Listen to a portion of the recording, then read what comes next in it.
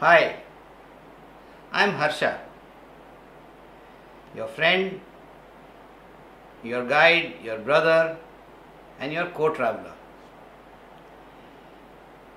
I have been on this line of teaching, and whatever I am saying to you is also being practiced by me on a daily basis. And that is why this morality is very, very critical in my personal experience as well. Because my guru used to say, if you feel that God is not paying attention to you, be strict on your moral principles. That is, on this 10 points of morality. And you will find instantly that the floodgates open up. So I try to remember those things again and again. We are mortal beings, fallible beings. These forces are attacking us all the time. And I'll tell you why we are so susceptible and why we are so complex. When I talk about chakras and their properties. So, today I'll speak about the seventh factor of morality. And the second one under Niyam principles. Niyama is physico-psychic movement. And this again falls in our daily practices, our approach to life, our way of thinking, and that how it impacts our mind. And this seventh factor is Santosh. Santosh or contentment. Yes, contentment. We have all heard of this word contentment. We should be all content. Right? Now let us examine this property of contentment of mind. It is a state of mental ease. Contentment is not possible if you are running around after carnal pleasures in an uncontrolled manner. We have all our carnal desires, and desires, as I said, are important and will remain till the end. Desire for God, that will be the final desire.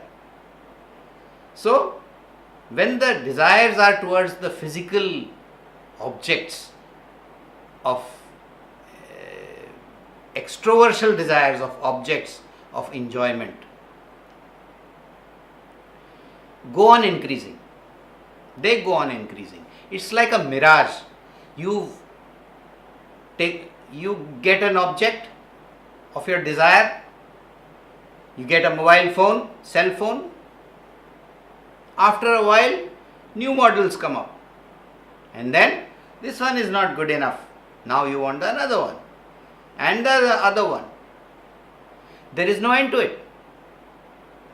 And this goes for every aspect, every object that we have in our households, around us. And the consumer world is based on this carnal desire. They try to fuel your internal desires through advertisements and through various means. They make your mind go crazy. So, basically what happens is mind goes into a tailspin. If it goes on increasing, it goes into a tailspin. Tailspin is that aircraft which goes out of control and going to crash. So, what happens? Mind doesn't get any rest. It is in a state of stress all the time.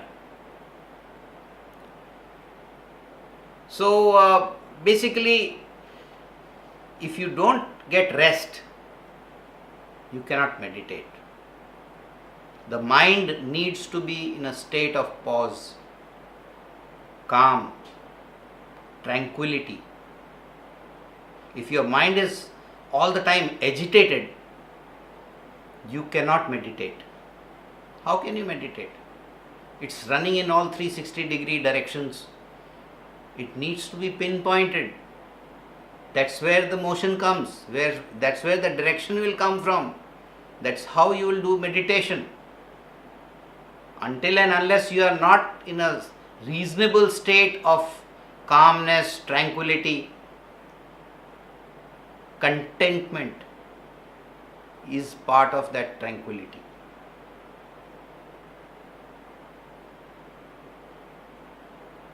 You see, you have vacations, you have parties, objects of luxuries, they are endless. You have them today, you'll again, next day will come, you have forgotten everything. New targets are created. And that's how we are competing. The mind will run again in pursuit of new objects, leaving behind objects already tasted.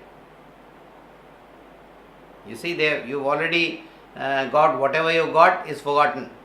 You see a child. This greed is the major feeding component for this factor of contentment or non-contentment of it. A child is also born with it. I will talk about the 8 external bondages when I tell you what are our enemies.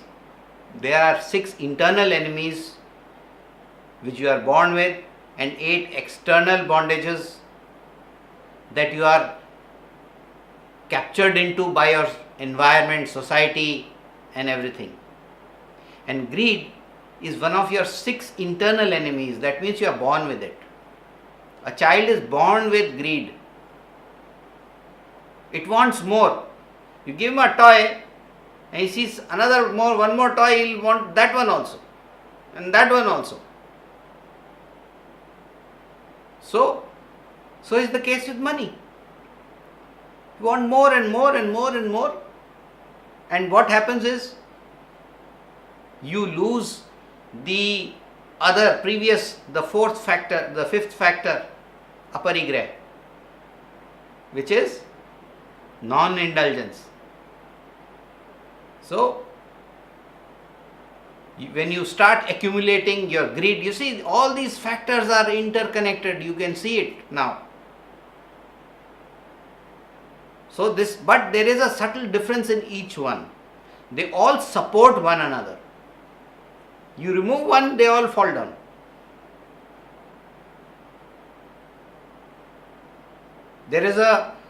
You see the richest man in the world, he's still trying to become rich. He's still trying to become more and more influential. You will hear someone like that, multi-billionaire, saying, "Oh, I have suffered a loss." Where he has suffered a loss? In his profit. Previously he had, let's say, 80% profits. This year he had 75% profit. He says, "I have suffered a great loss." He has not suffered any loss. His profits are slightly lesser. But he is agitated. But remember, I told you once in my past videos that the real desire actually of a human being is for infinity. And infinity is only possible in the mental sphere and the spiritual sphere. Physical sphere, it is not possible. Physical objects are limited. If you grab them, what will others have? They also have same right as you have. or those people have, these rich people have. So, what happens is, I remember, I'll tell you one example. I had an uncle, my actually related, far relation, and he was a very rich businessman. He owned a empire of spices and a lot of things. But one day when I visited to his house, I saw that he could barely eat because he was suffering from continuous stress and stress related diseases. He had to take continuous medication, and obviously, as you can well guess, he is no more. He passed away. He could not handle that stress of that money, that greed, constant, because you see, to get that kind of money, you cannot do it in an honest manner. There is a limit to your accumulation of wealth through honest means. So, the approach, what should be your approach then? Does that mean that you renounce the world, become a monk? No. No. The approach is, you must make your best efforts. There is no limit to your actions in an honest manner. Honesty does not mean that you are an incompetent person, that you are a person who has very less capabilities. No. You must make all efforts to do what you need. And after doing all your efforts, you must sense a state of contentment with your results. You must keep striving. There is no end to your striving. But relax your mind. Okay, you have done, you've given your best in your exams, and now you wait for your results. Don't worry about it. In the famous treatise of India, that is Mahabharata of Gita, he says, you have only control over your actions. Results are not in your hands. Results depend upon many factors. Your actions is one of them. So you must do your actions. But after that, the other factors are not in your control. Like your past reactive momenta, sanskaras, they will come into effect. Everybody cannot become rich, although they work hard. It's not that those who are having less don't work hard. They work as hard probably, if not more. But you will find things do not coincide. You are at a wrong time in a wrong place. So many factors will come, but that should not dishearten you. You must work hard but feel content. That is very important. You must remember and realize that actually your real needs are very less. Your personal needs, if you bring it down, you see, I have lived the life of a prince. My father was a Director General of Police of a state in India. Police is a very powerful thing. And I was the son of the highest official. And then I became a monk. I became a beggar. So you can imagine, I was the same person. I used to do the same enjoyments. So how did I survive?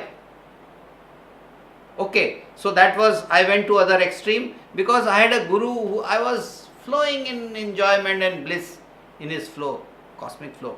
That was the power which took me through those troubles. But I saw after a while, today, I'm without a job since last 2 years, but I don't feel stress. There is a strange sense of calmness. I feel that it's time for me, for my age, for my knowledge to spread to everybody. And I live in reasonable amount of comforts. I have this air conditioner running. Others don't have it. I don't know how these things are being arranged.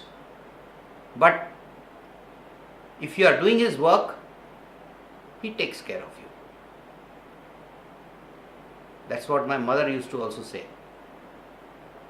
And I remember, it is part of my family's tradition. My father used to bring on the first of every month, he used to bring the salary of his job. He was an honest officer. And there was a sharing arrangement with our mother, and he used to give her share to run the household. And from that, in the very first moment she received the money, she used to take out 2% of the money and keep it separately for donation. Donation into the various children home.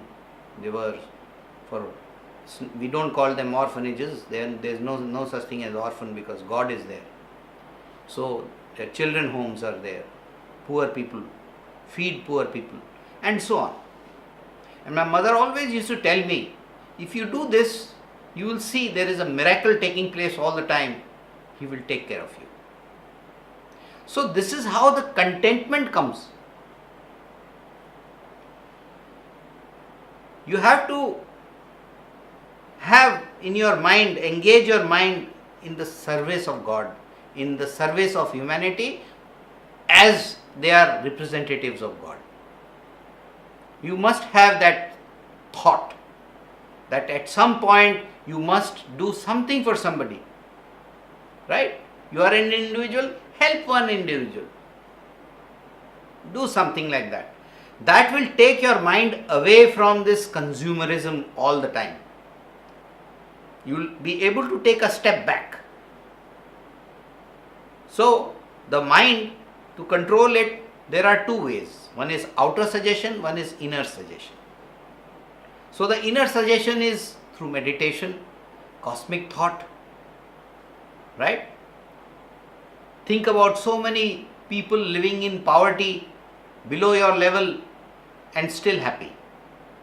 Reasonably happy. They have trouble, they take care of the trouble, they fight against the trouble, and then they leave it aside. End of the day, they relax. They think about God. Oh, He is the one, He is taking care of him, everything. You need to do that. It's not a escapist route. And what is the outer suggestion? Keep good company. If you keep a company where one is feeding greed into another, and you are in a kind of a situation where you can't get out of greed because somebody is poking you, you have to be strong. You have to have this power of discrimination, willpower, to fight against such thought processes. Do not feel small. If somebody says, oh, my car is better than your car. Good. My car takes me where I want to go. I'm happy with it. My colleagues are having a lot of wealth today, much more. But I am richer because I am content. Yeah? So, I do service. I'm doing this, creating these videos, spending time. People are saying, what are you doing? You are not worried that you don't have a job? I say, I have a job. This is my job. I love to help people. I love to see people laugh. I love peace. I love it. And I'll keep working towards it. At least my conscience will be clear. So you must have service, you must donate, because there is a kind of a small poem, not a poem, a couplet, 2 lines. It says, Sai इतना दीजिए जामे कुटुम समाए, मैं भी भूखा ना रहूं, साधु न भूखा जाए. It means, oh Lord, give me enough, give me sufficient, that much quantity in which my entire family is comfortably able to live, in which I can feed my own family, at the same time I can feed a guest. That is what is called as service, that I should be able to help somebody also. That much extra I need, no more. So that is what the way of thinking should be. It does not, again I will repeat, does not mean that you should not be competitive, you should not work hard. And I will talk about this topic in my next factor, which is tapa or penance. That will be my 8th factor. So you will see that will intervene into all these things and make you realize that we are not talking about weaknesses. We are not making people weak. Weakness means death. Right? So I'll talk about it in my next video. And until then, you must feel content. Try to develop that. I've told you, external suggestions, internal suggestion. How you think. And that will help you in calming down to do meditation. I hope you enjoyed this video. And I hope you are understanding, following this.